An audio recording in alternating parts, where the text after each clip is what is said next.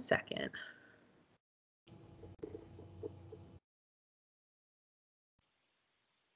All right. Well, welcome everyone to the first Region 6 Planning and Policy Council meeting of 2022. My name is Kirby Fye. I'm with the department.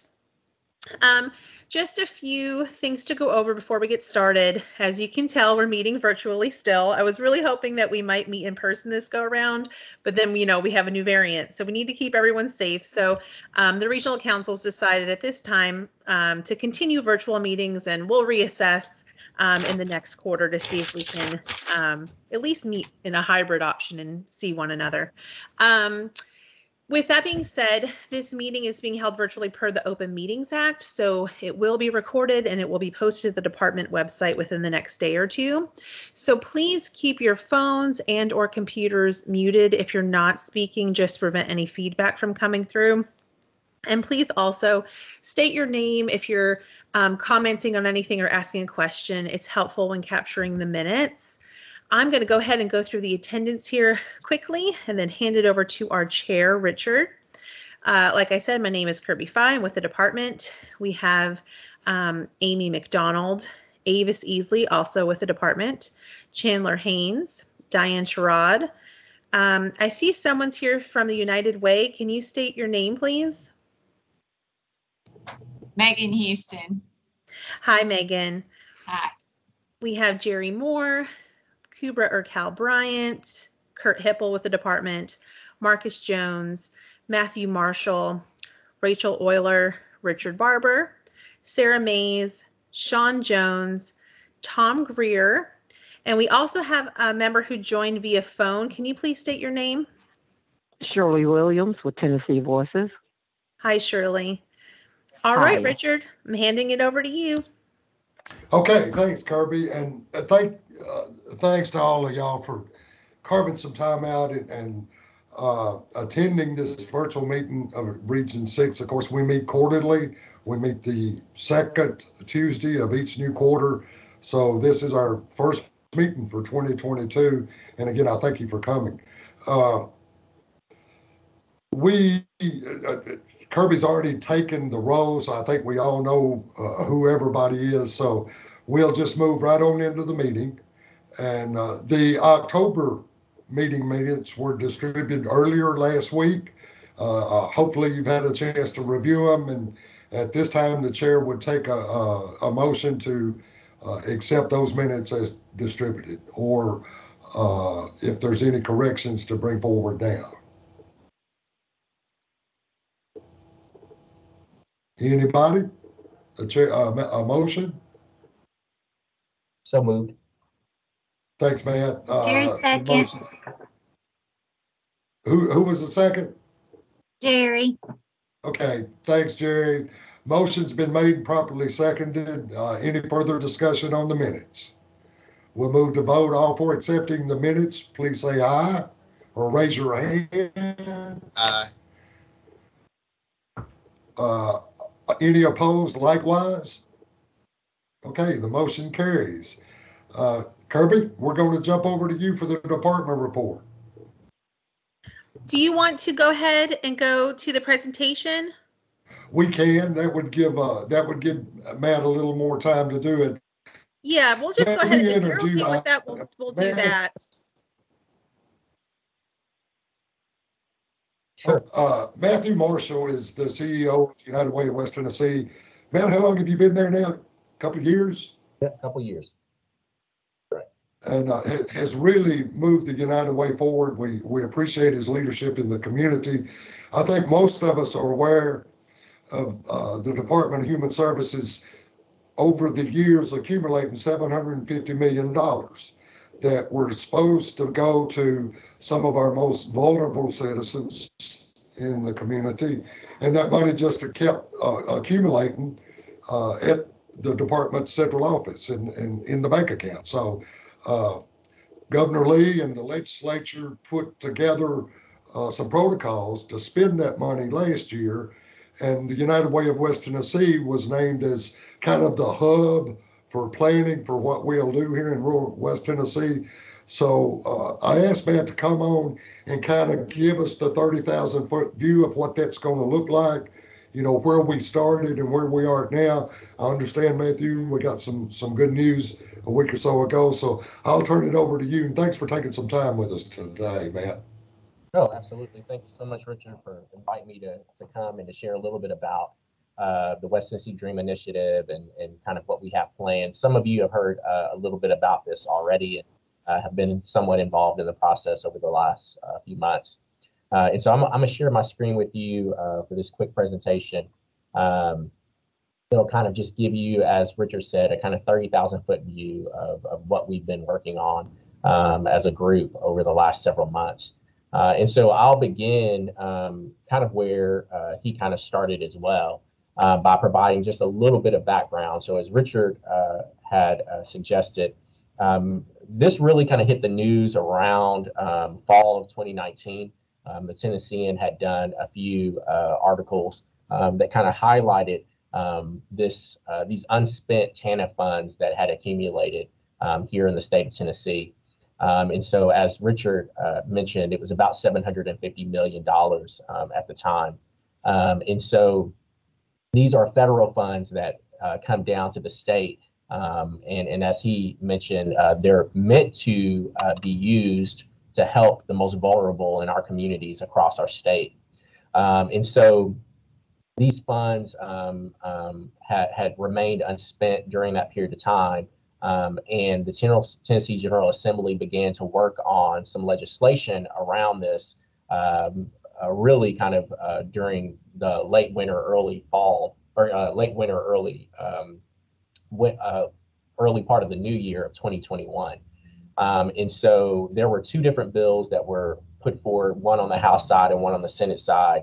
And then Governor Lee was also working on a separate bill at the time that he was looking for support for. They ultimately came together as one piece of legislation over the course of the session last year. And then this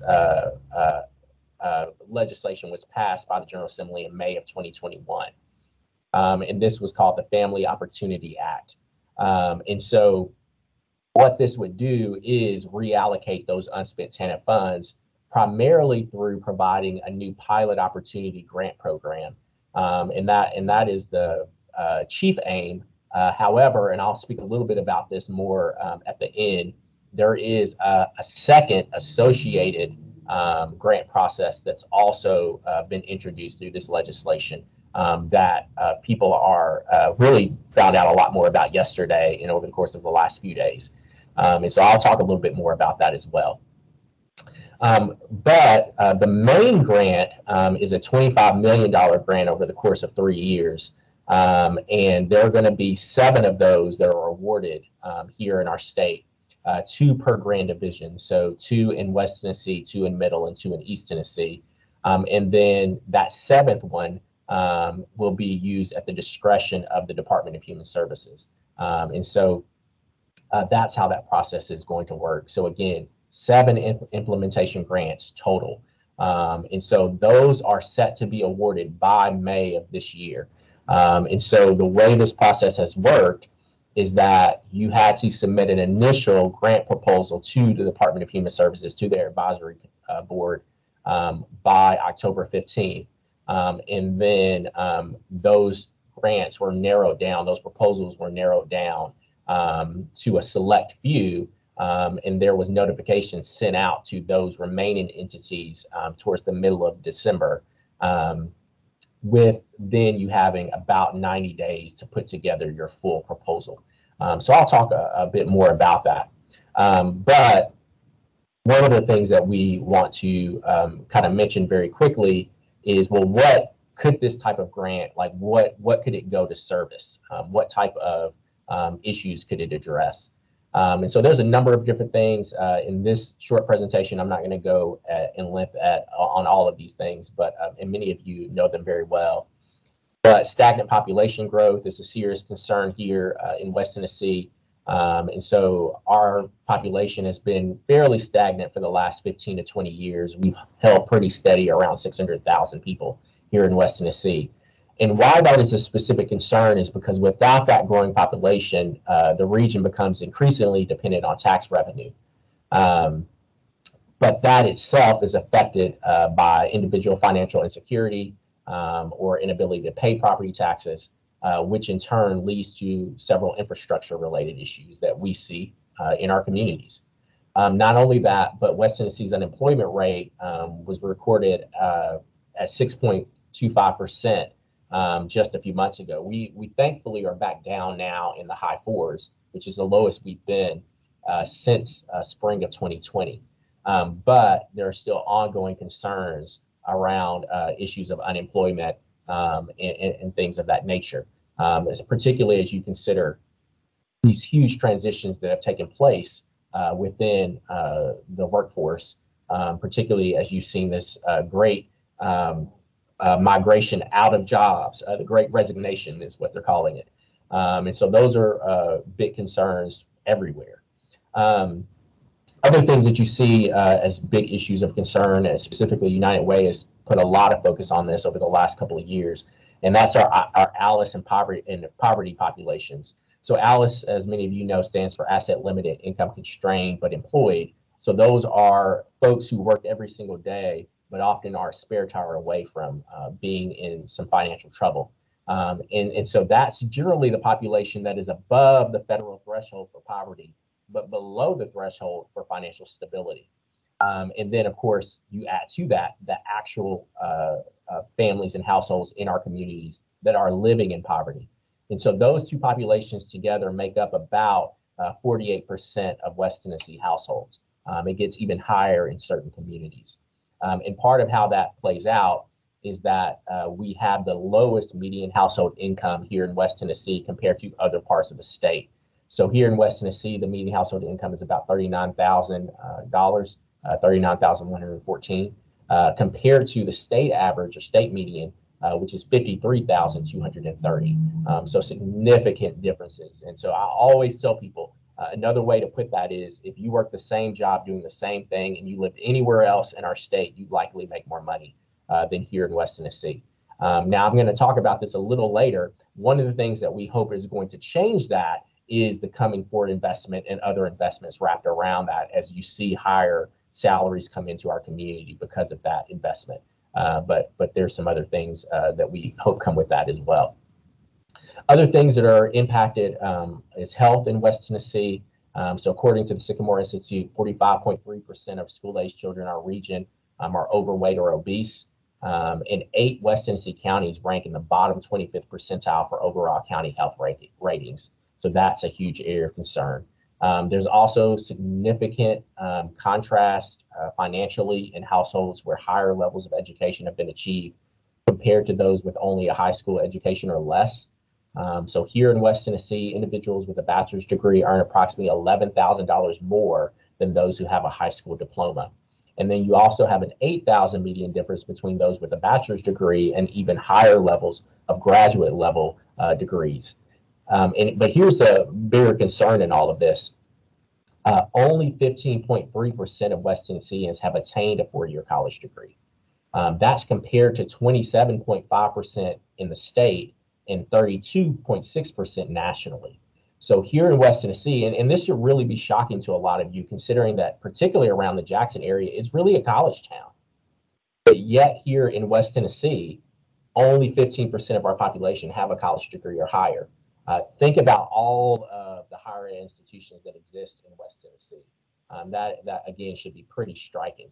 And that has direct impacts on salaries and incomes in the West Tennessee community. Now, that being said, I'm always quick to follow that up by saying we have at the same time been a very industry rich community. And so not all of the jobs that pay really well here in West Tennessee require a 4-year college degree. But part of what we see as other issues that we would hope something like the West Tennessee Dream Initiative could address is workforce development. And so that's a key part of all of this. And then, time doesn't permit me to talk about childcare. We live in the childcare desert. All of West Tennessee is a childcare desert. Or things like food insecurity. We live in food deserts. Housing, affordable housing, which is one of the greatest concerns we have right now in our communities. And then, of course, the cliff effect. Remember, again, as I mentioned earlier, ALICE is that population that often doesn't qualify for federal benefits, yet they are still living often in financial instability. And so there are grave concerns around that cliff effect as people are getting slightly higher paying jobs that pushes them off of the benefits that were keeping them stable. And when they lose those, they often fall back into stability because they've not had enough time yet to begin to operate a stable household budget. So those are all issues. So how do we, ultimately solve these complex problems? Well, the big part of it is recognizing that our traditional approaches have fallen short. And so examples of that would be, we actually have encouraged funders to select individual grantees as opposed to collective models. And so you often end up, particularly in the world that I work in nonprofit world, where you have nonprofits competing or feeling like they're competing for the same dollars. And that's because funders often give money to individual organizations as, again, opposed to collective efforts. But you also have sectors like the public services and private and businesses and nonprofits being disconnected and working separately. You also generally have this belief that achieving change across the community results in scaling a lot of individual organizations' efforts, as opposed to this idea of, again, of a more collective model. And then what results from all of these practices is a bunch of individualized outcomes. And ultimately, we're not addressing the greatest problems that persist. And so part of what we're suggesting with the West Tennessee Dream Initiative is that collective impact is the way forward. And so part of that process is, first and foremost, establishing continuous communication between partners, then building a common agenda, and then from that agenda, building mutually reinforcing activities where everyone is playing their part and they're running in their lane, but it's all contributing towards something larger than any individual one's effort. And then on top of that, having shared measurement. So when we talk about success and what that looks like, everybody's using the same measurement tool for success. We all have the same idea of what success ultimately looks like for families in our community. And then finally, also establishing backbone support.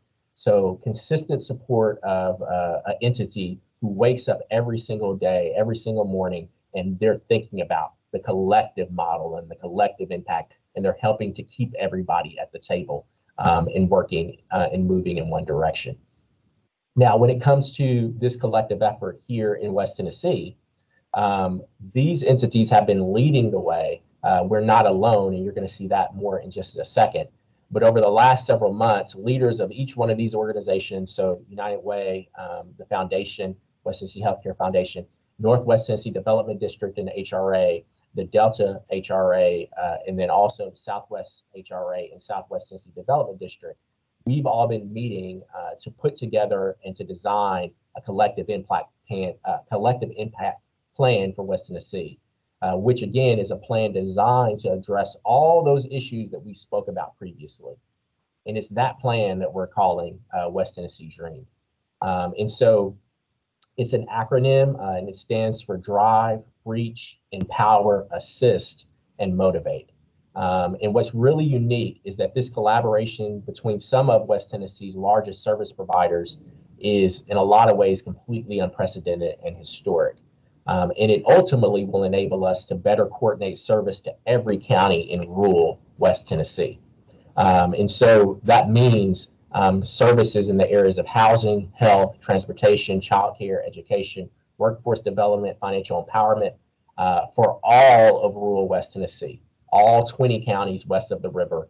The only county that we're not actively looking to do work in is Shelby, because they'll have their own efforts going on there. But looking, how can we help every citizen and make sure that every household has the ability to be stable?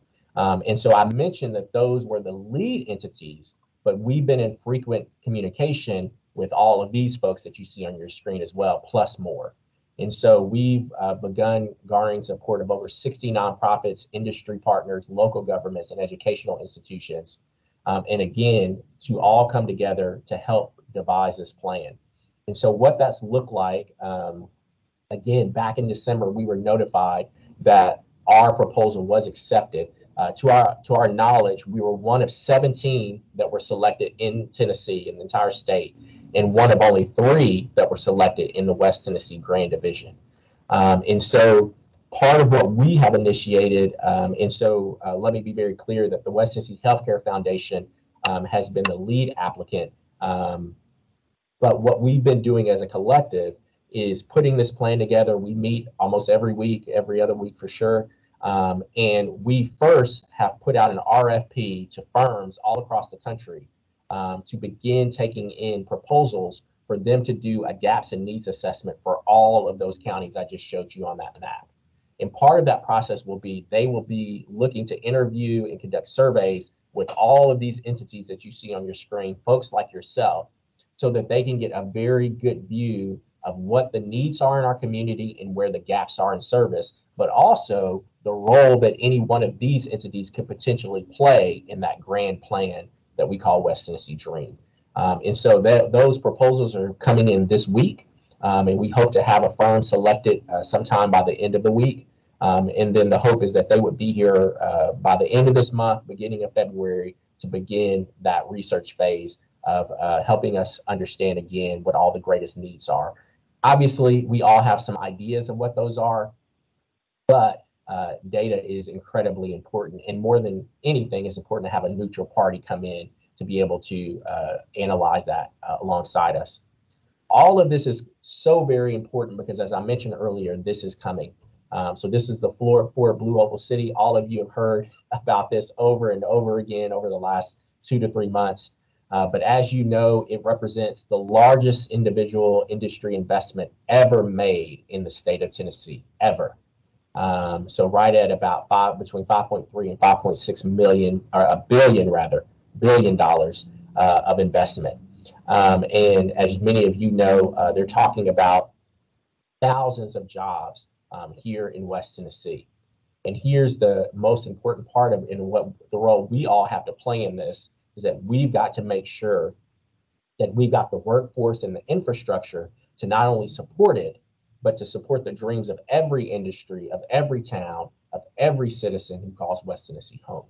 And so that's West Tennessee Dream in a nutshell. That's the 30,000-foot view.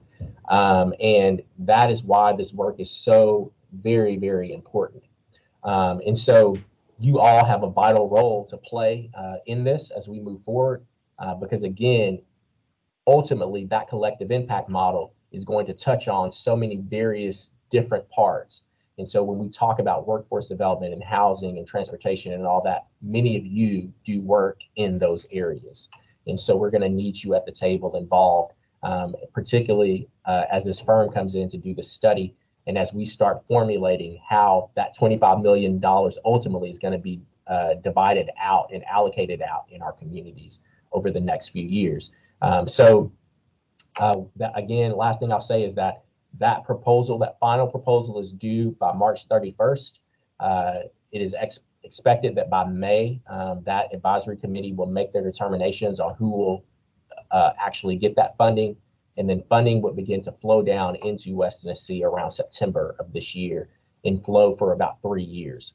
Here's the most exciting part. If we are successful in our model of West Tennessee Dream, if it finds success and we're able to prove that, then that $8.3 million a year continues to flow in perpetuity beyond that 3-year period. And so it represents an opportunity for huge investment here in our community and serving, again, those with the greatest need. So I have just a couple of minutes. If you want me to take questions, I can, Richard, but I want to give you kind of a quick, big overview of everything that's being worked on. Well, I think that was very informative. I was somewhat aware of what was going on, but that helped explain it, and I appreciate that. Does anybody have questions for Matt at this point? I do, this is Amy. Okay. Apparently I've been living in my own little bubble. So what is the Blue Oval City? Oh, wow. So, Yeah, That's that's how deep I have been in it this year. So the Blue Oval City is, again, it's the largest single investment ever made in the state of Tennessee from an industry perspective. And so, as you know, we had the mega site property that is located in Haywood County primarily, that they have been trying to find a company or companies rather, to utilize that site.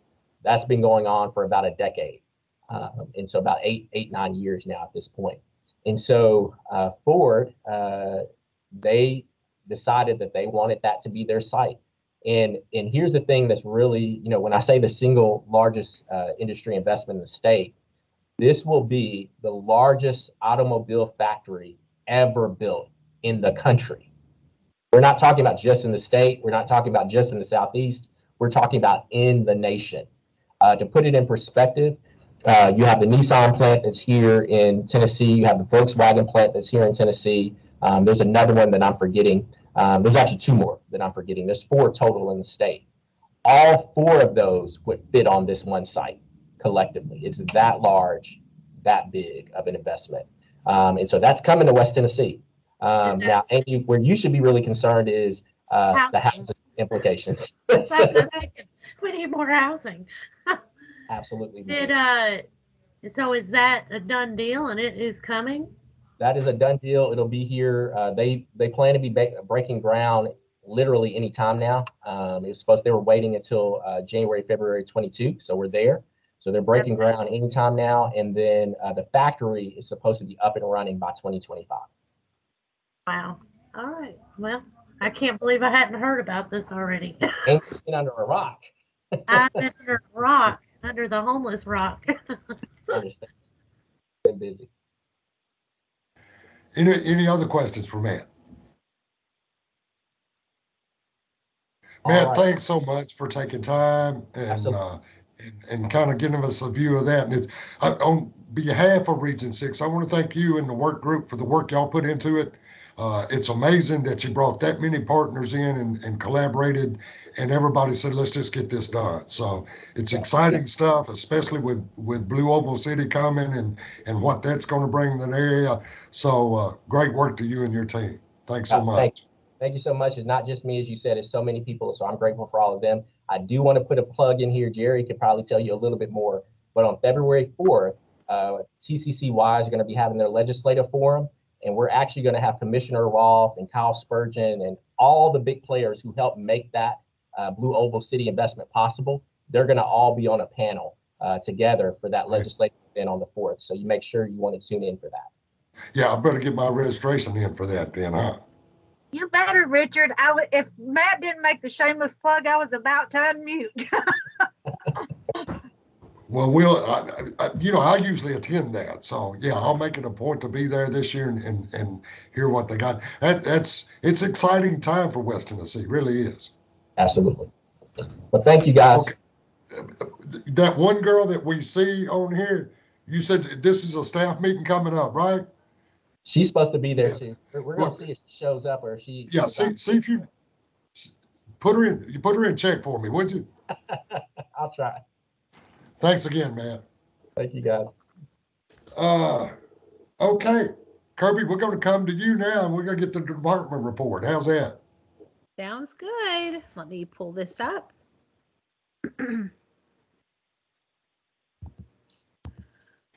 I have so many things on my desktop. Sorry. Hold on 1 second. And while you're looking, you'll notice further down the needs assessment preview. I was going to throw that to you for any comments you might have there, so we might kill 2 birds with 1 stone here. Sounds good. And I can also pull up the 2021 needs assessment summary. I could open up to Region 6 so you can all see what you submitted last year if you want. Okay. So I'll do that right after this report if that sounds good to you. Great. Okay. All right. So just a few updates since we last met in October.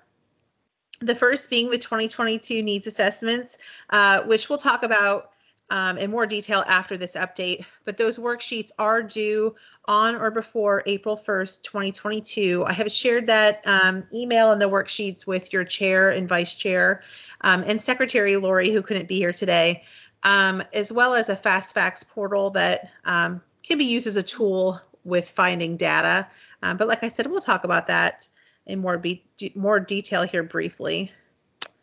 The FY21 joint annual report is complete and has been posted to the department website. I shared this with your chair. Richard, I think you shared this already yesterday, so I appreciate that. Yesterday or Friday. This is a pretty long update here, so bear with me. The department has selected a total of 10 programs across the state to receive $6.5 million in new funding to expand mental health services for children and youth. The new state funding was budgeted by Governor Lee and appropriated by the Tennessee General Assembly in the department's budget for state fiscal year 2022. In the department's announcement of funding, grantees were instructed to collaborate with community stakeholders, including local education authorities and other partners, to design proposals that would have the greatest impact and address outstanding needs. The selected proposals increase school-based services and respond to the increasing need for emergency psychiatric services for children and youth. Available funding under this announcement was divided proportionally among the department's 7 planning regions based on the number of children and youth living in each region. I'm just going to go ahead and jump down to Region 6 because that's the most important to you all. But I have listed every single region as well as the providers that were selected and the amount of money that was awarded to them. And that's in my department update, which I will send to Richard after the meeting, and you'll see that in the minutes so you can have access to that more information.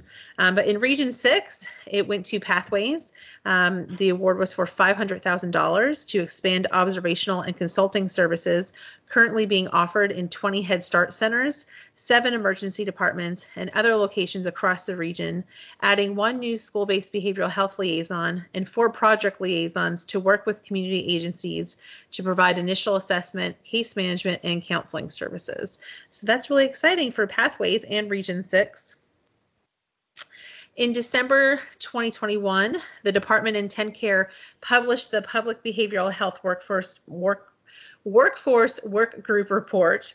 The document contains research, data, and strategies for addressing workforce challenges in publicly funded mental health and substance use services, some of which have already been translated into state budget requests proposed to Governor Lee.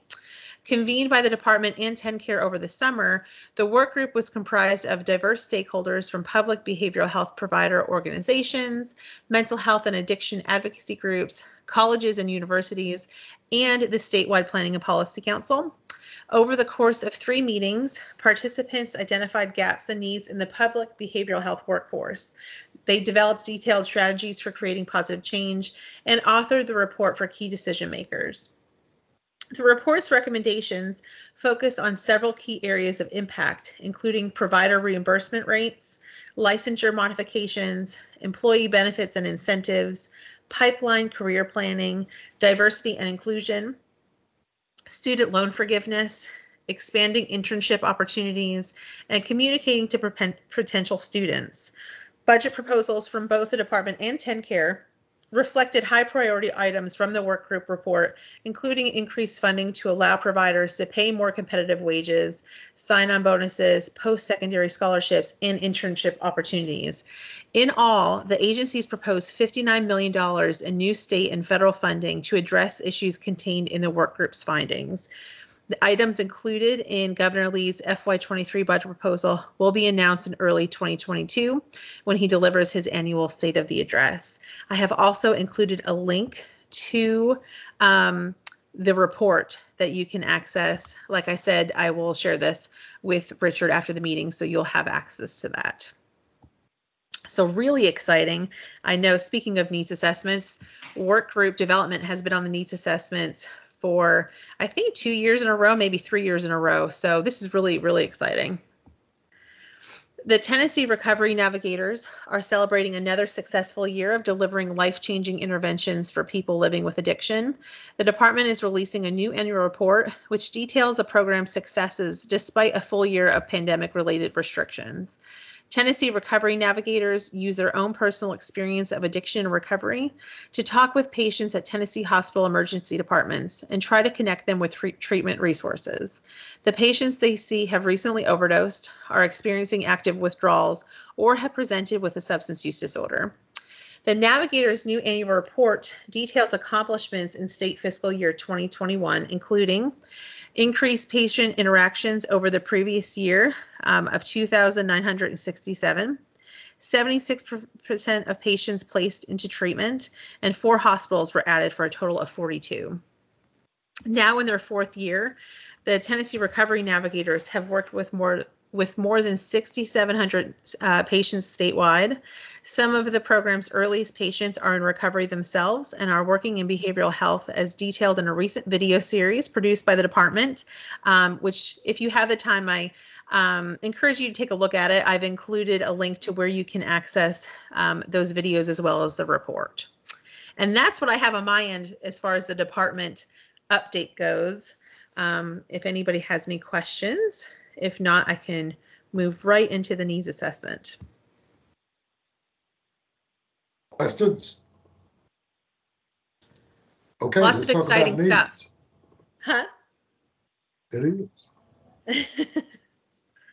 You know, I know a lot of work has gone into that effort between the department and tender care and the workforce needs and so that's exciting, and I know the commissioner has made that a priority in some of her budget in her budget proposal to the governor. So we certainly thank the commissioner for that. And I think they came out with some good stuff that can be helpful. Just I ate breakfast at the Waffle House Saturday, and as I was waiting on my breakfast, they were recruiting people to come to work at the Waffle House. And with shift differential at the Waffle House, they were paying $18 an hour. Wow. That's more, and some of those people live on our campus in sober living, and we've got people managing their care that make less than they do. Wow. So that's how critical this funding is. Yeah, it's very critical. And I'm really excited to hear Governor Lee's announcement in his State of the State address for sure. Absolutely. Okay, I'm going to go ahead and jump right into the needs assessment here. Let me get this and I could pull it up and kind of give an overview if it's new to anyone on the call. Just one second. Scroll down to Region 6 here. Okay.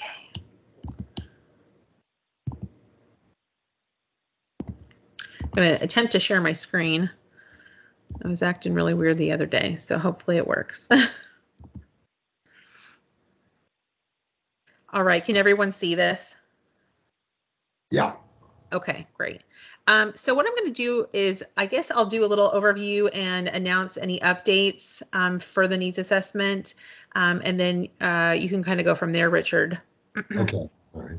So if you're new to the council, the annual needs assessment is one of, if not the most important piece of the regional planning and policy councils. Obviously, advocacy and communicating with the department is a huge priority as well.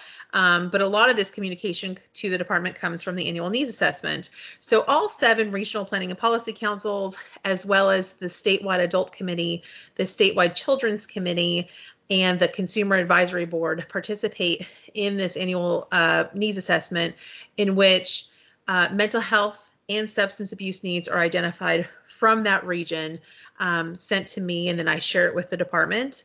And the department utilizes this summary, this needs assessment summary, in developing their 3-year plan. The 3-year plan is required by statute to inform the public of the programs that are going on within the department, all the different divisions and offices, and also showing progress. There's a reporting piece at the end that shows, how successful these programs are doing. They have an opportunity to adjust this report every year. So even though it's a 3-year plan, it doesn't just stay in place for 3 years. They have an opportunity to adjust their programs every year. And they utilize the needs assessment in doing this. Now, obviously, not every need can be addressed, especially every year. Sometimes there's not sometimes, but a lot of the times, these needs, while they're identified and they are absolutely a need, it sometimes isn't always up to the department. Sometimes we need to collaborate with other departments as well, as seen by, like I had mentioned earlier, the workforce development that had been on the needs assessment for a couple of years in a row. And it wasn't that the department didn't acknowledge that it was a need. It absolutely was a need. It was getting together with TennCare to kind of make things happen with that. So sometimes it just takes some collaboration with other departments as well. And sometimes there's just not funding for certain needs. And that's not to say that the department looks at it and is like, oh, we don't have funding for that. We can't do anything about that. It's maybe taking a look at that need and taking pieces of it and trying to address the problem as well. So right here is Region 6 needs for last year. And as you can see, I'll scroll down, we have 2 mental health and 2 substance abuse needs. We had some changes this year during the legislative proposal process. I think I mentioned this at the last meeting, but during the legislative proposal process that takes place every year, Region 2 had put in a proposal to expand the needs assessment to include more needs in there. And Commissioner Williams, that was something that we could handle in-house. It didn't need to go through legislation, and she agreed. But what she did was, rather than forcing every regional council and statewide committee to do more needs, she gave an option. And the option is to submit anywhere from 2 to 6 needs. So either 2, 4, or 6 needs. We just need equal representation of mental health and substance abuse. So we can't have, all substance abuse or all mental health. It has to be equal representation. And as you can see, there's also a data piece that's included, and that's a requirement. We need to keep that data piece there, but you can gather the data from anywhere as long as it's relevant and it pertains to the need and it's strong. I will suggest the stronger the data. It doesn't have to be a paragraph, which you all did awesome with your data last year. It doesn't need to be that long. Sometimes it's not, sometimes you can't find that much data. It just has to be relevant to the need. So the stronger the data, obviously, the better. I feel like I'm just rambling now. So I just want to, let me see if I can get this. Well, I don't think we'll be able to get it all on one page, unfortunately. You guys had a lot to say last year. But yeah, I'll hold up the mental health. It looks like the first was to develop a certified peer recovery network for parent-to-parent and youth-to-youth support. And in partnership with the Department of Education, establish, evaluate, and consistently update an online comprehensive mental health curriculum for school counselors, residential treatment centers, and partial hospitalization programs to use with youth. And then under substance abuse, expand workforce development initiatives, which we know is being identified. They're looking at it now. And establish case management funding that is provided throughout the entire substance abuse treatment continuum. So that's what I have here. I'll hand it over to you, Richard. Okay. Or if anybody has any questions too. Questions for Kirby regarding the needs assessment? Kirby, the needs assessment is due April the 1st. April 1st. Mm-hmm. So we won't be having another quarterly meeting until after the needs assessment is due. So I will be in touch with you all to try to structure a way that we can all work together to come up with these needs assessments. Jerry, I would, you probably already know I'm going to ask you to kind of handle the children's part of it. You and Megan did such a great job coordinating that last year. And so I would ask that maybe you consider doing that for us again this year. But I'll get something out in the next few days to kind of structure a way maybe we can work together to get this thing done. Because as Kirby said, we have a lot of roles in Region 6 for planning and policy, but I don't think any are as important as completing a valued needs assessment and forwarding that to the department because they work with all over the state, and our Region 6 has different needs, and we need to make sure that we get that to the department and validate what we're saying, and that way they can consider helping us get these services in here. So thanks so much. You're welcome. And I also, just one more thing I wanted to add as well. If you see needs on here and they haven't been addressed. So when I complete the 3-year plan every year, I put like little footnotes that highlights, hey, this program was identified in the 2021 needs assessment or 2020 needs assessment. So I make it a little bit easier for you all. You'll see them at the bottom of the page where they stand out. But I will say, if a need is identified and it hasn't been addressed, but it's still a need, it's okay to keep that need. We just want to make sure that the data is updated to make it even more relevant to the past, fiscal year or whatever the most recent data they have. Sometimes some of that data is 2 years behind or more. We just want to make sure that the data has been updated. So if you see any needs on here and that there's still a need, it's okay to keep them. You don't have to change them all. And I also encourage you, we have our statewide adult committee meeting tomorrow, and they meet by MS Teams. And then we have our statewide children's committee, and they meet by conference call February 2nd. They'll meet at 9:00 Central. All this call-in information is available on the department website, but it's okay. Both of those meetings are open to the public as well, and it might be helpful. Both of those meetings, they will be talking about the needs assessment, so it might be helpful to even join those calls as well to see the needs that they've identified, because I also make a multiple needs by region one pager that shows needs that have been identified by the same regions and committees across the state, and those tend to stand out as well. So just some food for thought there. Okay, great. Thanks again, Kirby. You're welcome. Jerry, we'll move to you with Children's Committee report. I know you sent some stuff out earlier. Yep. We've still been doing our meetings monthly. The only time we skipped in the last probably 6 months has been December because of Christmas. But we're still going strong. We have a consistent call in of about 12 to 15. We're still doing them in person. Virtually. We started about 2 months ago having a speaker each month. So last speaker we had was Tracy Valentine from Health Connect. And then this month, January 27th, I think we do them the fourth Thursday of every month.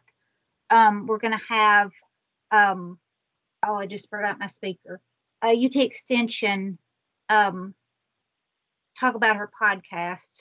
I'm sorry, y'all, my mind just went blank on who we have. Our speaker is Tennille Short. Oh, she's going to talk about a podcast that they do every month, and she also does some ACEs trainings and things like that. That's good to pull in because she's a resource that we can use to spread awareness on mental health, substance abuse, things like that, because we know UT Extension does some of those classes with youth. So we thought she'd be a good speaker to do to kick off the year with. We're still doing our special projects. They've slowed a little bit with COVID, but we're still trying to figure out outdoor play project for Northwest and Southwest, depending on some parks. That's to help motivate kids and their families to get outside, and that reduces mental health disturbances and fresh air is always good. Another thing Megan's been working on with the Youth Villages staff is trying to get a blog started so that can be an outlet for youth with mental health and substance abuse issues. And then another special project that we've been working on, I have to look back at my notes. The Family Guide for Outside. I'm still working with Tim King through the Department of Health. He's helped give us some resources to add to a little guide that we can give out during the Outdoor Day of Play stuff. We also started talking about needs assessments in our November meeting. So we started brainstorming some ideas back and forth. So this January meeting will continue that discussion as well. And that's all I've got. Cool. Well, that's a lot. The lady from the UT Extension Agency, what did you say her name was? Danielle Short. Would you approach her about maybe doing a program for, because I wasn't aware they did co-occurring and substance abuse stuff out there. Could you ask her about They maybe do more, it's more tobacco stuff, Richard. Yeah. You know, they do some classes with tobacco use, Okay. which vaping, everything that we've been talking about with data, vaping, every time we discuss substance use, vaping is horrible on all the campuses, especially since some vapes, when I did my jail monitoring the last 2 months, every juvenile court that I came in contact with said vaping was an issue because there's THC or CBD oils in it, which means the kids are walking around high. So a lot of their presentations have to do with vaping. We actually banned vaping on our campus because of that. We did. Would you talk to her about maybe being the program for April 12th? And Sure. Just shoot me an email or something. Okay. You're a sweetheart, Jerry. Thanks so much. I'll give an update. I wasn't able to sit in on the statewide adult committee meeting, but I will give just a couple of sentence update. I know Kirby presented to them on the needs assessment and mentioned to them that the needs assessment has gone from 2 for each, mental health or substance abuse to 2 to 6. So we'll talk more about that, as we connect and start our needs assessment. And then Christina Delaney did a program on Cherish Mom, which is a nonprofit that Christina founded to promote awareness and education and support for perinatal mood disorders for moms and families. So that was pretty much what the statewide adult committee meeting was.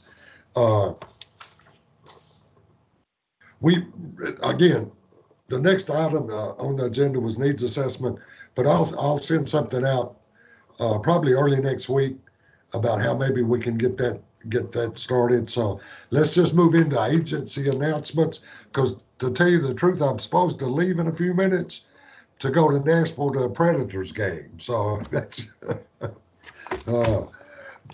so agency announcements. Anybody? Yeah, Kubra.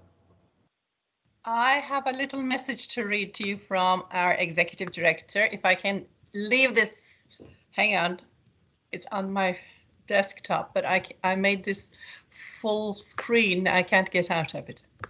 Okay, that's better. Phew. This is from Jeremy Mercer, our executive director for behavioral health. And he says, like many Tennesseans, 2021 was a challenging year for the team at United Healthcare Community Plan. And while we were each impacted personally by the continuing pandemic, we saw the most significant COVID impacts in the lives of the individuals we serve. Our clinical teams and frontline staff must be highlighted and celebrated for the continuous support they offered the individuals we serve, addressing all their needs, both physical, emotional, behavioral, and social economic. Our team was keenly focused on building provider and community partnerships that provided a collective impact for individuals enrolled in TenCare.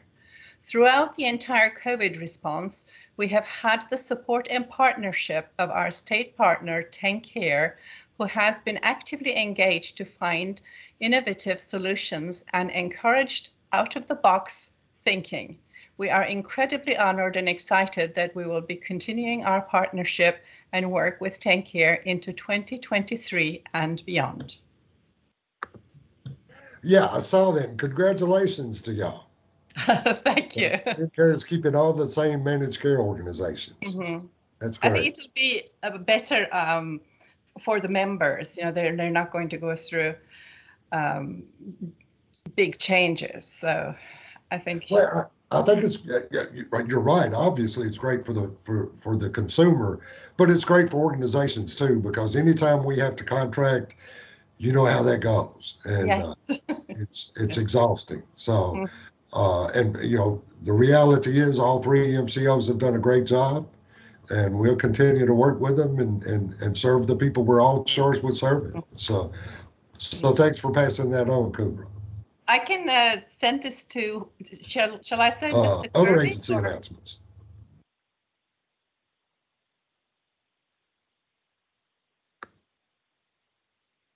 I'll go. Uh-oh, I like that.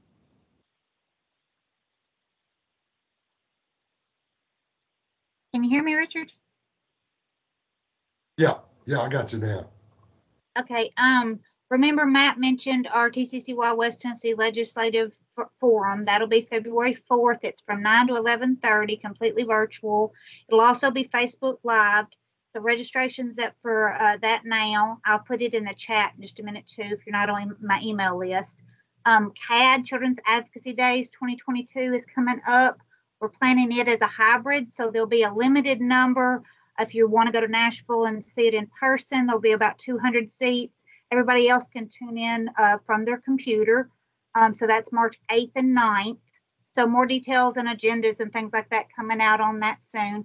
And also in December, TCCY published their State of the Child Kids Count data.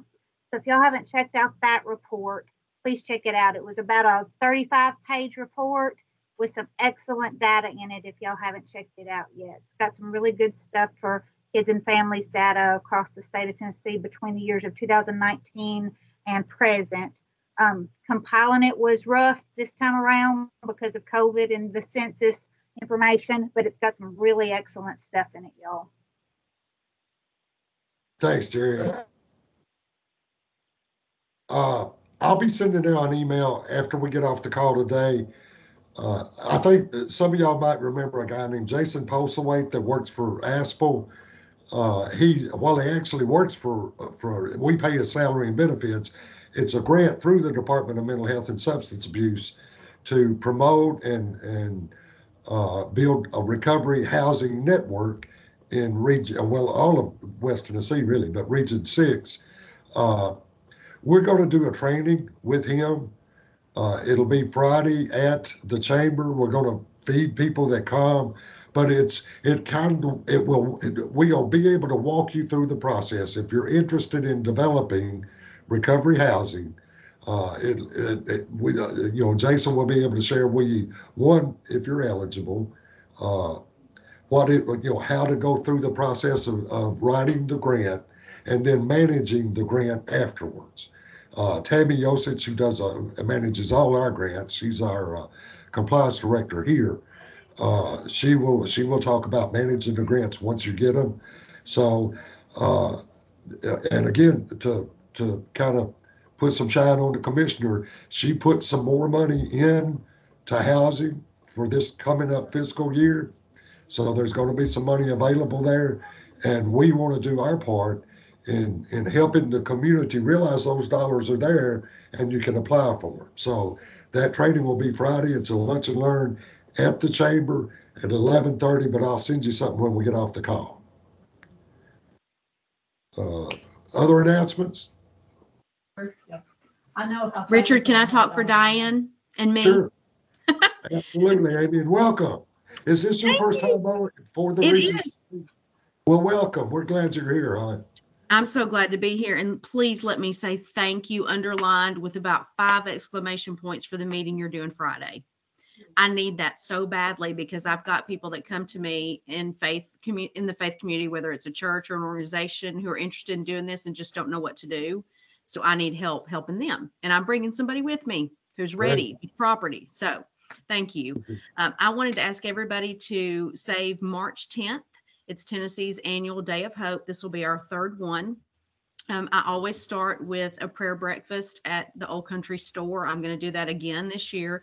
Everybody's invited, and I'll be sending stuff out about that pretty soon. We also always do a lot of trainings and partner with a lot of other agencies, so we'll have a full agenda. I'm hoping we can have in-person things, as all of us are always hoping, instead of virtual, but we'll have the virtual opportunity available as well. Also, I wanted to mention that Diane and Sarah Mays and I are on the Consumer Advisory Board work group for this needs assessment.